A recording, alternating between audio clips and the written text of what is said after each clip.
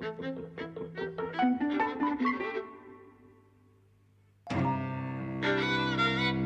and welcome to Eavesdropping at the Movies. I'm Mike. And I'm José. And we've just been to see Deadpool and Wolverine. Not Deadpool versus Wolverine, as I kept calling it. It's Deadpool and Wolverine. And indeed, there is a lot of them being versus each other, but of course, they team up. Of course. So, we had a very bad time with Deadpool 2, and there isn't a podcast on it, because it put us in such a bad mood that either we gave up recording it halfway through, or I gave up editing it halfway through, and I went, we can't possibly put this out. We just didn't. So all I did was put out a tweet saying, this is what happened. The film put us in such a bad mood, the podcast was toxic. This, I think, we will be able to put out a podcast on, because I had much better time. How about you?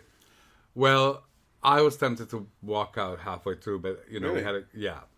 we had agreed to, well, it was mainly me, because I thought, we've covered so many Marvel films and so many superhero films, we should really do this one. However bad it is, it might make for an interesting conversation. And so on, but really, and then I thought maybe I'm in a bad mood, because people in the audience were laughing, right? So kind of other people were enjoying the film. But I really wasn't. I don't like the tone. I don't like the smarminess of it. There's a lot of in-jokes that I suppose cater to fans of, of Marvel, or people in the show business know a lot of in-jokes about 20th Century Fox buying Disney and, the function of extras and day players. And, some of them was funny. I mean, I also laughed a few times, but yeah. So, if you're not aware of Deadpool, Deadpool is the fourth wall breaking meta guy in the Marvel universe. Marvel takes itself essentially very seriously. I mean, they're comedy actions and everything, but they want you to buy into the reality of everything. And Deadpool's the guy who shows up and he says, this is all fake. And as you say, talks about the business behind it and says, this is why we can get this character. This is why, in this film, Chris Evans is in it for a bit. And then he goes because he was blowing the budget, makes a joke about that kind of thing. I found that very smarmy before in the past as well, and I didn't really like. Well, I certainly didn't like the second film. I don't think I liked the first one very much either. And watching this, I kind of think that the reason I had a better time here, or one of the things that enabled me to have a better time here, is that Marvel is kind of limping along these days. Because last time it was 2018 when Deadpool 2 came out, which is, it came out like either just before Infinity War or in between Infinity War and Endgame. So Marvel is like at its peak, it's building up to the biggest fucking thing, the crossover to end all crossovers. And since Endgame came out and the big 10-year long story that it'd been telling came to a head, it's had a very hard time getting people to retain interest in the story it's going to be telling next, And so when Deadpool is telling all his jokes about, you've come into the... So Wolverine shows up in this. It's, Hugh Jackman's back, and they're talking about, his entry into the MCU, because obviously he was huge in X-Men, but that was never part of the MCU, and the business deal, blah, blah, blah. The X-Men can kind of become involved in the MCU these days. And he has a joke about, you've come into the MCU at a very bad time, something like that, and it landed. It really landed because everyone kind of agrees with that, right? Yes. The film exemplifies for me all that went wrong with it, right? So this is a film that to me is making sense by, cross-referencing multiple timelines, multiple actors, multiple superheroes. And I think, in order to get the joke, you do need to know who these people are, really. Of course you do, yeah. Yeah. So it requires a lot of... It's not a film that's open to newcomers. It's, absolutely, you know these people, and you implicitly know their powers and their histories and their backstories and all those things. So, yeah, absolutely. And there's a lot in this that, because I've seen a lot of the Marvel films, but, when they talk about the particular villain that they're going to face, or one of the villains is that giant kind of purple cloud monster. And Deadpool says, he's from Loki season 1, episode 5. It's like, well, I didn't fucking watch Loki. It doesn't matter very much, but people will recognise that, and good for them. But I think when Marvel was at its biggest and it seemed absolutely impenetrable and like this is going to kill cinema forever, then that kind of smarminess did rankle. And now that it seems kind of much more vulnerable, I kind of didn't mind it. And I also think, you and I really go back and forth, and I don't mean with each other, but just generally, we have gone back and forth on Ryan Reynolds so much. There are times when we like him, and there are times when we don't, and find him unbearably smug and all that kind of stuff. And like his shtick really needs to stop. It's become his persona. He does it in other films as well. Yeah, exactly. But there are times when it's like, Sean Levy, who directed this, also directed Free Guy, which we saw on the podcast, and we rather liked that, and we liked him in that, and the shtick isn't so different. No, it's true. We also hated him in the Fast and Furious spin-off, that's right. which he shows up for a scene and is awful. So, again, you're thinking, how am I going to take this? I think he basically kind of works here. It's slightly actually, the thing I disliked most about him was the nice pool character, because there are lots of Deadpool versions that you meet, and that one I thought is a bit much. Well, I think one of the things that rankles me is the gay jokes, right? Which, I initially found kind of funny. I mean, Deadpool is meant to be bisexual or whatever, right? But this is a film that disavows all of that. Like, he's always interested in a girl, and so on. And nonetheless, kind of, tries to make a lot of jokes out of campiness, but in a way that kind of seems external, that doesn't inhabit camp, that just kind of, deploys it in an outsidery way as a joke. It never bothered me before with Reynolds and this character, but it did this time, So there's too much grabbing asses, kind of. And actually, it's always with men. You don't see the same kind of jokiness with women. Absolutely. Well, that's why it's funny, of course, because gayness is funny. I mean, I do agree with you. Like, one of the problems that I've previously had with the character, and I really remember hating this from the second film, was how puerile it is. And there is a lot of puerility here, but it feels like less. And I'm mostly kind of okay with it in a general sense, but you're absolutely right. There is a focus on how funny it is to, stand in a gay way, or like have your arse shot at or something. Yes. And the thing with the Deadpool character being bisexual, I think he's supposed to be pansexual, and that's never manifest. One of the criticisms that other people have made about the previous films, I don't know about this film, is that it doesn't come across as pansexuality. It comes across as he's straight, makes gay jokes. And and in this film he likes getting his face licked by the world's ugliest dog, so that's kind of, maybe he's getting a sexual throughout of that. It's not communicated as such. The focus is on the woman, his love interest, absolutely. So which makes all the gay stuff seem like laughing at camp and laughing at gay men. The nipple rings, that the titanium, like the sex toy stuff. I mean, it's just constantly something to be made a joke of. It begins to not feel very nice, really. Yeah. I think you'll probably disagree with this. I actually rather like the action in this. I think it maintains a really good level of intensity. I think mostly it's quite witty. When you think about the fight that he has with Wolverine in the car, for example, there's a lot of ideas in that. Single shots where, something happens and they've made good use of the space that they're in, that kind of thing. Mostly, I think, actually, I've seen better action in other films, and I've seen much, much worse action throughout Marvel. I actually rather liked it. I mean, I suppose... So I have mixed feelings about that. I mean, I guess I would agree with you, except... for me, great action is like, you're thrilled to see it. Like, it kind of evokes a physical, sensation. This, at no time did it do that to me, really. It just kind of, it didn't feel as bad as, some of the other you've seen, but it didn't thrill me. What I did like very much, actually, was the look of the film. Yeah. Yes. I mean, there were kind of... some of the close-ups and the way that it was lit and the color palette. I liked it. It plays very heavily on the red of Deadpool's suit and the yellow of Wolverine's. Yes, it does. And so I liked that very much. I liked a lot of the performers, actually. And, I guess, I don't know if I'm getting old or something, but I do get a bit of a thrill out of seeing... Jennifer Garner come back as Elektra. I had a moment when I saw Wesley Snipes, because I love Wesley Snipes and I haven't seen him in a film in like 20 years practically. Right? So, it took me a long time to recognize what's his name now? Channing Tatum?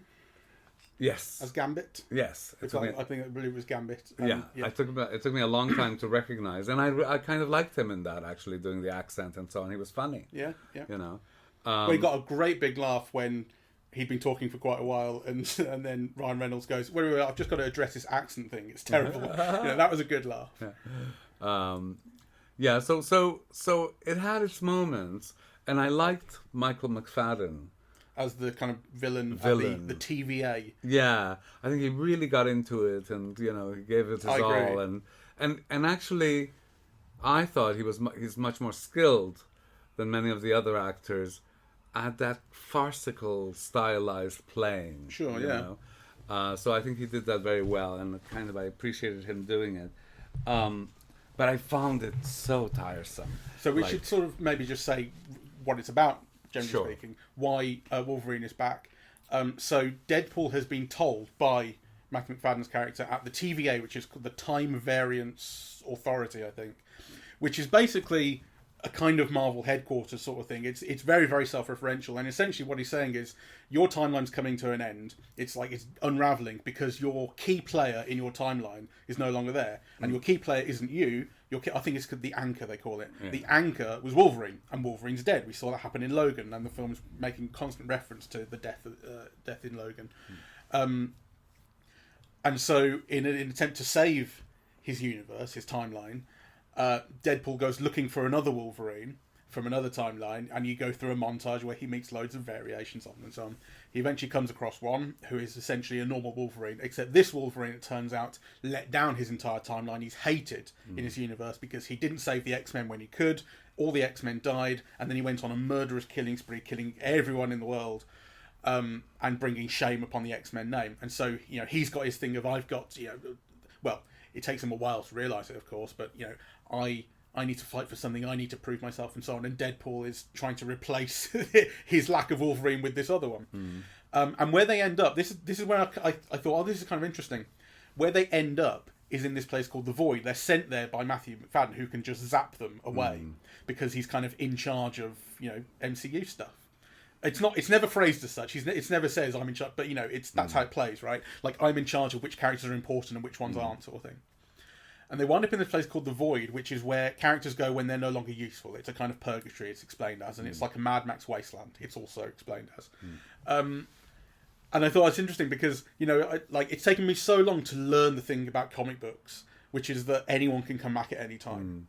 Because if you remember how much I bought into the idea that all those characters were dead at the end of Infinity War, so dumb, but I bought it completely, and it's partly that it was a very dramatic thing to happen, but it's partly that I don't read comics, and it had never sunk into me that this is just a thing. Alternative timeline. There will always be a way to come back from this, But it occurred to me, like in between Infinity War and Endgame, all those characters probably wound up here for a bit. Sure. It's that kind of place, and that's why we meet Elektra and why we meet Blade.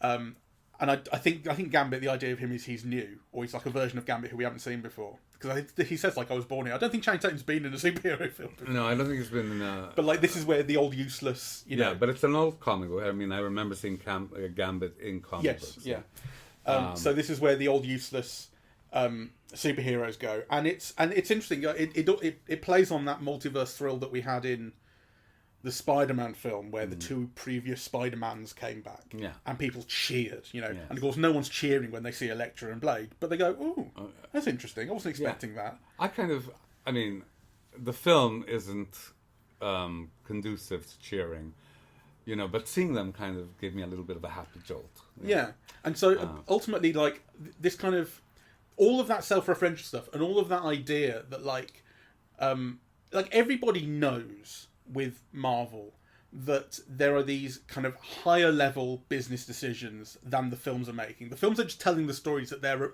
able to with the characters that have got contracts, and so recently it's been announced that Robert Downey Jr. will be returning as whatever the villain is. He's not coming back as Iron Man, but there's a whole thing about how people don't take these just as characters, but they take them as the actors that represent them, and we understand, the contract's been signed, therefore this can happen. There's a level on which people understand the way in which these films are made that is different to it's interesting. It's how the the economics play into the narrative. Yeah, and it's understood by fans. Yeah. And and fans read about the news, and it's like your football team signing a new player. It's like the Marvel Universe has re-signed Robert Downey Jr. And these films operate on that level. And I think where it's at its most successful, a lot of it, or at least where a lot of the jokes are at their most successful, is when it's operating in that kind of realm. Because a lot of that stuff, it occurred to me, essentially comes across as like the way Marvel fans speak to each other. They talk to each other about the business and about the characters and about the actors and about what all this means. And the film is doing that too. The film is not... I mean, I know it's like its shtick to be all meta, but I find that it really works. Like, well, I think, what works when it does work. So you were talking about how, what you didn't like was that some of the humor was so puerile. But actually, I thought one of the ways that it also works is that it not always, but at moments, the Deadpool thing is also very intelligent. Yeah, and it's treated the audience members as intelligent. Yeah, it's kind of, referencing all of those things. And I think one of the ways that the film fails for me is that it tries to have it both ways. So, in order to have that kind of farcical, hugely stylized style, you have to appeal to people's knowledges, and you have to treat them as kind of intelligent, right? And knowledgeable. Yeah. So, and on one level, the film does, and then on another level, it descends to this corny motifs of the group and your world being 9 people and the rest. It gets incredibly sentimental. It still tries to tell you a quote-unquote real story. Go take you on an emotional journey with Deadpool that he genuinely has to do this. And the emotional journey is dumb. Sure, yeah. So I think... But it is doing both, you're right. Like, if the film will discard all of its meta-commentary when it wants to try and get you to buy into the character and story. And you're right, it's having its cake and eating it. Yeah, and I thought it did... Yeah, it didn't work, really. It also reminded me of John Baudrillard when he was asked about The Matrix. Because The Matrix was, like, inspired to some degree by his work. And he talked about how much he hated it. And how it showed that kind of hyper-capitalism can assimilate any commentary, even of itself. It can and turn it to its benefit. You can't. It's unbeatable in that way. Yeah. And this really reminds me of that in the sense that, Barbie did this a little bit as well, where you can make all these jokes about the product and about the business decisions that go into it, and about the thing about this character's costing us too much money. We'll never get the good character because we can't afford it. That kind of thing. Like, and the whole thing about Marvel's on its last legs at the minute. Like, those jokes can make their way into here because Marvel is still kind of confident enough. Like, those jokes Marvel isn't afraid of making about itself because it's strong enough to withstand them. Like, do you know what I mean? Like, I know what you mean, but I think there's something else about because I loved comic books as a kid, and I'm still in them, and I was watching the Robert Pattinson Batman kind of on TV the other day, and and I find that for me the meaning of those things was that they were beautiful. Yeah, they were beautiful, and they had depth, and they told you something about the world and the conditions of living and what it is to be human, and and offered dream possibilities of what that could be versus what that is. I don't think any of that in relation to this Deadpool and Wolverine film. I think it's a completely commercial job. It's kind of the fact that you make about being in it because Marvel just offered you bags and bags of money, doesn't make it any less true or any less significant. I mean, I think that there's no attempt in this film to honestly convey something that is beautiful, or to show some understanding, or to truly move the audience, through a kind of, an awakening of the senses, or perception, or understanding, right?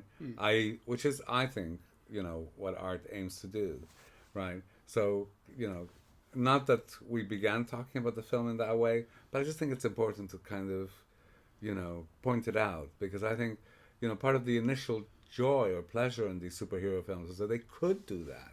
right? And the reason why people are so passionate about some of them is, whether we agree or not, is because they see the films as doing that, right? I mean, you know, I think a lot of the fandom of things like Star Wars and the Batman films and so on is people see that, right? Or, you know, so I think there's something dispiriting and sad and, I don't know, about a film not even attempting it, which I think this film doesn't even do, right?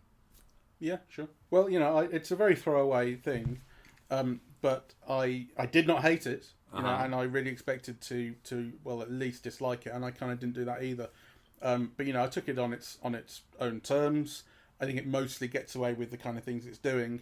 But yeah, I mean, it's a trifle. Yeah, I think the audience laughed. I laughed. I mean, you know, this film makes 90 jokes a second, and you know, one or two land, right? But I do also think that there's something kind of tired about it, and tiring for me. Actually, you know, one of the moments that I liked most, you know how bad I am about, as soon as the credits starts, I run from the cinema, right? You know, I mean, I was trained to stay, but that was before you could get the credits on IMDb, right? Like now, I'm not going to, you know, waste 15 minutes of my time watching these endless credits. And so, you know, so sometimes I missed Easter eggs, right? And so when I caught this, and usually I don't mind missing the Easter eggs either, but this one, I found it arresting, because it's almost like, I don't know, outtakes of all the characters that you see in this film, but in their earlier incarnations, right? Yeah, it's behind the scenes footage from X-Men and Fantastic Four and all of them, previous Deadpool. Elektra, all of them. And of course, what you realize is how young everyone was. Yeah, like, you know, you see Hugh Jackman in his first film, his first X-Men film. What is that? 2000. Yeah, so 25 years ago, a quarter of a century ago, and he looks so beautiful, really. And so unbuilt, relatively. I mean, the so body standards have changed enormously. So much, so, and actually, there's something about seeing them that way, right? Which, you know, they're young and they're beautiful, and they're also, it's like their first chance, or like, you know, that made this film, or not just this film, but actually, I think this whole type of film kind of seem such a dispiriting and cynical exercise. I wondered how you'd take that, because I saw you stopped and saw it, because I thought you would find that the most manipulative, sappy. You know, we love our people. Like, remember the end of, well, you didn't stick around for it, but I showed you afterwards the end of Endgame, and it was the end of our big story, and they had all the main characters signing their names on screen, their signatures coming up, signing their characters, and fucking hell, this is ridiculous. We love them so much, and I thought you'd find it like that, especially because it's playing fucking Green Day, Good Riddance over the top, which is like the song you use to manipulate people into feeling sad and nostalgic. Sure. You know. Well, I mean, I because suppose, that's kind of how I saw it. Like, yeah. No, I mean, I think I wasn't paying that much attention. I just saw it as a kind of, well, you know, as a way of dressing up the credits by showing outtakes, by also kind of, you know, bringing the other films back in relation to this one in a different way. Yeah, because that's what the whole film had been doing throughout. But, you know, what I responded to, I suppose, was the youth. Yeah. But the thing is, it's massively at odds tonally with the rest of it. Exactly. Because when it's bringing back those other films and referencing all those older films in the main body of the film, it's sarcastic and it's funny, and you know, these are the useless characters and all that kind of stuff. And here it's sentimental, and you know, I mean, that is definitely how it plays. It doesn't play as a Deadpool joke. No. I mean, I wasn't paying attention to that. I mean, I was, you know, so because I was walking out, and really, what stopped me was seeing Hugh Jackman in his first film, I think it was, you know, being so young. That's kind of what stopped me. And then kind of, you know, I stayed to see kind of the rest of them. And, you know, it was just people applauding Magneto's last scene in the film or whatever, right? Like, it is those on-set outtakes. But the only reason why I say to watch it was because I think there's something very tired about this film, and it includes the characters. I mean, you know, kind of Ryan Reynolds in his leading man days, you know, most beautiful men alive, and that is what kept him as a leading man. And here you have a whole film in which you never once see him with his proper face. Yeah, he's kind of under a ton of makeup, which, he looks like he's had cancer for the last 20 years. It's all kind of dotted with... The burn victim stuff. Yeah. Or he's behind the mask. Although you do see him as Nice Paul. You do see him as Nice Paul, but again, to be made fun of, for clearly being gay or... Just too nice. With the hair and so on. So, there's something almost, I don't know, perverse about kind of having Ryan Reynolds in a film and not showing him looking good once, which then you see in those outtakes, kind of the way that he appeared in those first films. Yeah, and of course he's incredibly beautiful, as they all are, right? So there is something about the film that plays like one of those expendable films with Sylvester Stallone. Expendable. And Arnold Schwarzenegger fighting in the jungle at 85. Yeah, sure. So I mean, you're right certainly about Hugh Jackman, because he's must be in his mid-50s at this point, and he looks it. I mean, that's the other thing, historically about comic book characters is they don't age. They don't age, or they don't have to. They can if the comic book wants them to. But actors, you can't stop them from aging, no matter how much you try and how much CGI you put on their faces. And Hugh Jackman looks very much older than he did, and that's why you had a film like Logan, where it was about him aging. Like okay, let's do something with this. But it's a fundamental sort of issue with this that these actors age and go, and that's why it seems so desperate actually to bring back Robert Downey Jr., although they're not bringing him back as Iron Man. But Iron Man seemed done, right? And he was a lot older now than he was, and it was time to end it. And but they can't say no to more Robert Downey Jr. They need him back, because he's so important. What will they do when he's 90? They make jokes about this, about how Hugh Jackman's going to be forced to do this till he's 90 years old. Well, eventually he will die, and they won't be able to do it again. I think one aspect also that I didn't like, or that left a sour aftertaste, is that you felt that a lot of the actors were auditioning for Marvel. Yeah, so that Channing Tatum was auditioning, and also what's his name, that British actor who was in Mission Impossible and Superman. God, what's his fucking name? Henry Cavill, whom I love. But he's doing a Wolverine, right? Yeah. So you did feel that a lot of those cameos were kind of auditions, Maybe.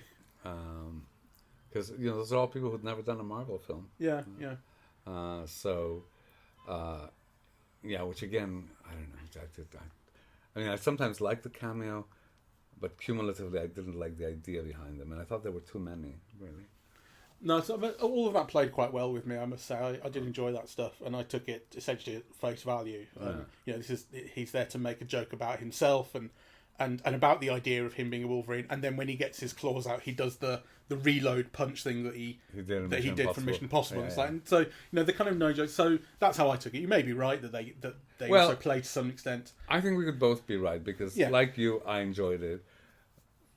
But I do also think that there's something behind that, right? Sure. So anyway, a mixed experience. To be honest, I thought it ended up being better than I expected it to, because I think from what you said, I thought it would be like a terrible disaster, and certainly, I just thought it would be all too much. All of that shit would just be all too much. But on this occasion, for the reasons that I've stated about the position of Marvel these days and so on, it did work for me. Well, I'm glad, because I think, you were much more resistant to seeing it than I was. So, and then you ended up liking it a little bit more than I did. So that worked out nice.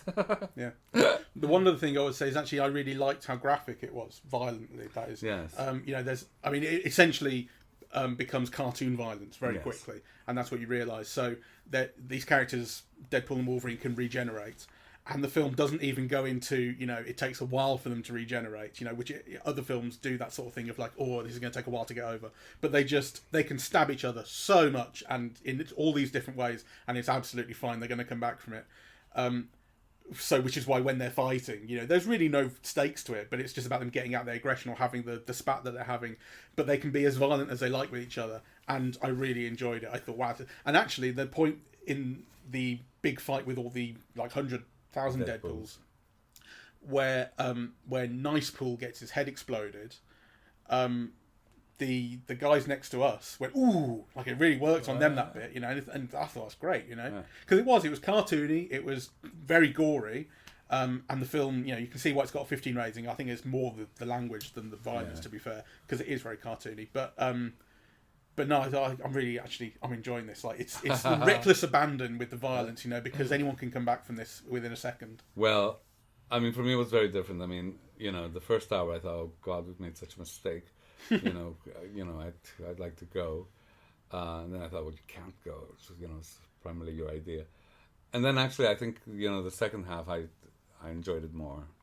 Yeah, good. And actually, one last word I want to talk about. Just mention how much I liked the actor who played the villain, Emma Corrin. She was Diana in The Crown. Mm-hmm. Didn't know that. What's the name of the character? It's Cassandra Nova. It's Professor Xavier's twin sister. Yeah, who I don't think has ever been mentioned before. Or some reference would have been made to where she was mentioned before. But apparently she was in the womb, she tried to kill Professor X. Yeah. So she's bad news.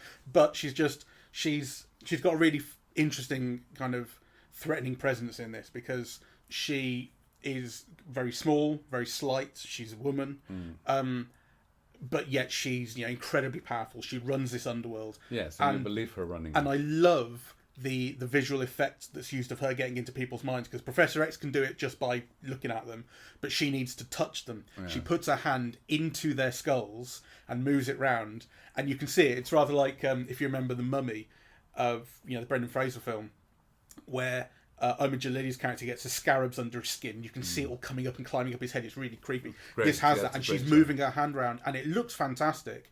She not only does she do it under the skin, but she has her fingers poke out. She grabs people by the head through their heads. It's a really cool, really creepy, tactile effect, and I really enjoyed it. Yes, I enjoyed that too. So she's decent. And the effects and the look, because I like these films to be glossy. Yeah, and this had that glossiness of look, and the effects were great.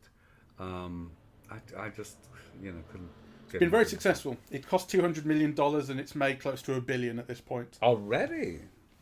My God! I thought it was a big flop. No, it's been out since July 26th in the States. Right. Well, that's surprises me, really. I must say, it doesn't enormously surprise me. I hadn't really heard anything about what people's responses to it would be.